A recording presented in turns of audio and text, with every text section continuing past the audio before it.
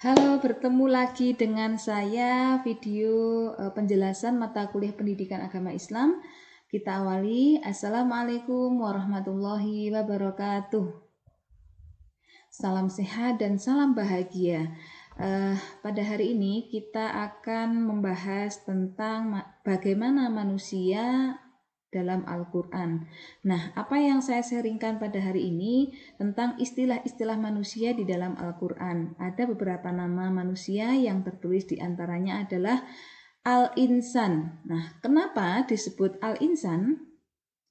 Allah memanai al-insan ini karena pada hakikatnya manusia itu butuh pengetahuan, butuh informasi, butuh berita ya, butuh ilmu ya, sehingga manusia itu diciptakan berbeda dengan makhluk yang lain.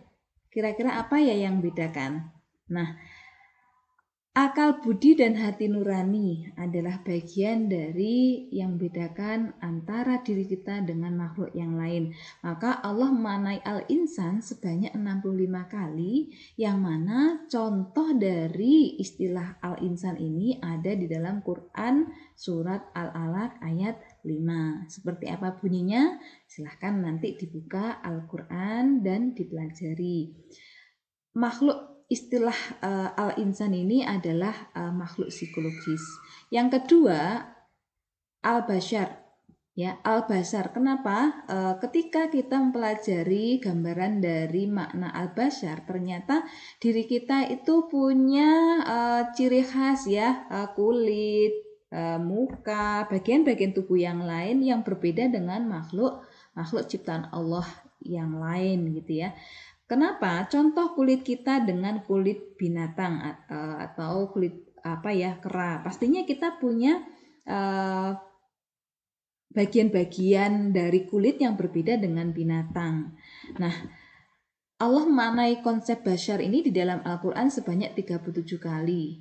Dan secara basyar artinya secara biologis kita itu juga berkembang biak. Kita butuh yang namanya mewariskan sebuah ilmu, begitu ya. Kita butuh yang namanya mengembangkan pengetahuan kita ya. Kita butuh makan, kita butuh minum ya. Tentunya secara bio dan logisnya kita sebagai makhluk hidup itu memiliki kebutuhan-kebutuhan yang sifatnya untuk kesejahteraan hidup kita. Maka disebut dengan istilah al-bashar. Dan yang kedua adalah Bani Adam.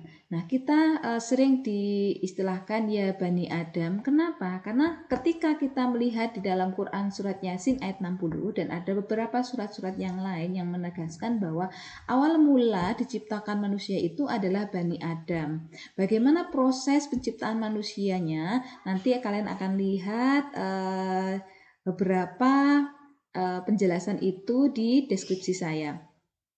Dan secara historis kita bagian dari keturunan Bani Adam. Dan yang keempat adalah Anas ya. Anas ini kita sebagai makhluk sosial yang senantiasa butuh berteman, butuh berkelompok ya, butuh bermasyarakat ya, butuh beraktualisasi, sehingga kita disebut dengan istilah makhluk sosial atau Anas. Nah, bagaimana dengan eksistensi manusia di dalam Al-Quran? Karena eksistensi manusia itu sendiri adalah sebagai tanda bahwa kita itu diciptakan oleh Allah dan diberi kesempatan untuk hidup ya, untuk hidup. Maka bagaimana kita menguatkan kepercayaan kita, keyakinan kita bahwa Allah itu sang pencipta yang menciptakan diri kita dan lingkungan kita, untuk kita senantiasa tawadhu, untuk senantiasa kita bersyukur akan apa yang telah diberikan oleh Allah kepada diri kita. Nah, hal ini ada satu ayat yang menegaskan Quran surat An-Nahl ayat 97 bahwa ada tujuan khusus adanya manusia di dunia ini. A'udzu billahi minasyaitonir rajim. Bismillahirrahmanirrahim. Man 'amila shalihan min dzakarin aw untha wa huwa mu'minun falanuhyiyannahu hayatan thayyibah hayatan thayyibah wa lanajziyannahum ajrahum bi ahsani ma kanu ya'malun. Shadaqallahul azim.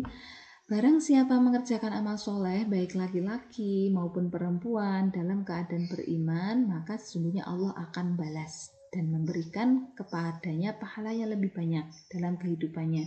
Maka di sini menegaskan bahwa hidup kita itu supaya bahagia dunia dan akhirat, kita pun juga harus selain iman, kita juga harus menguatkan amal kita sebagai bentuk buah dari apa yang kita lakukan dalam hidup ini. Nah,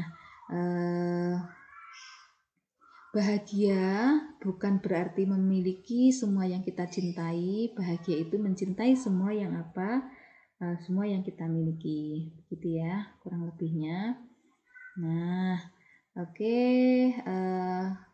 Tujuan hidup manusia di dalam bermasyarakat ya, sebagaimana di dalam Quran surat Al-A'raf ayat 96, nanti bisa kalian baca sendiri, yang intinya bahwa Allah itu memakmurkan ya diri kita dengan lingkungan kita. Maka di sini disampaikan bahwa jikalau sekiranya penduduk negeri-negeri beriman dan bertakwa, pastilah Allah akan melimpahkan kepada mereka berkah dari langit dan bumi. Tapi jika mereka berdusta, maka kami siksa mereka disebabkan perbuatannya. Gitu. Nah, tanggung jawab sebagai hamba Allah ya, Abdullah ya. Tadi ada istilah al-insan, al-bashar ya, kemudian Anas ya, dan ada beberapa istilah Bani Adam. Nah, di sini juga ada istilah Abdullah.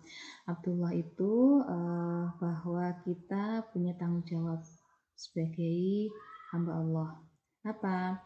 Yaitu Quran surat Az-Zariyat ayat 56, wa ma khalaqtul jinna wal insa illa liya'budun, dan sesungguhnya aku tidak menciptakan jin dan manusia kecuali agar mereka mengabdi kepada Allah. Jadi sisa hidup kita ini ya, harapannya adalah untuk bisa mengabdi kepada Allah.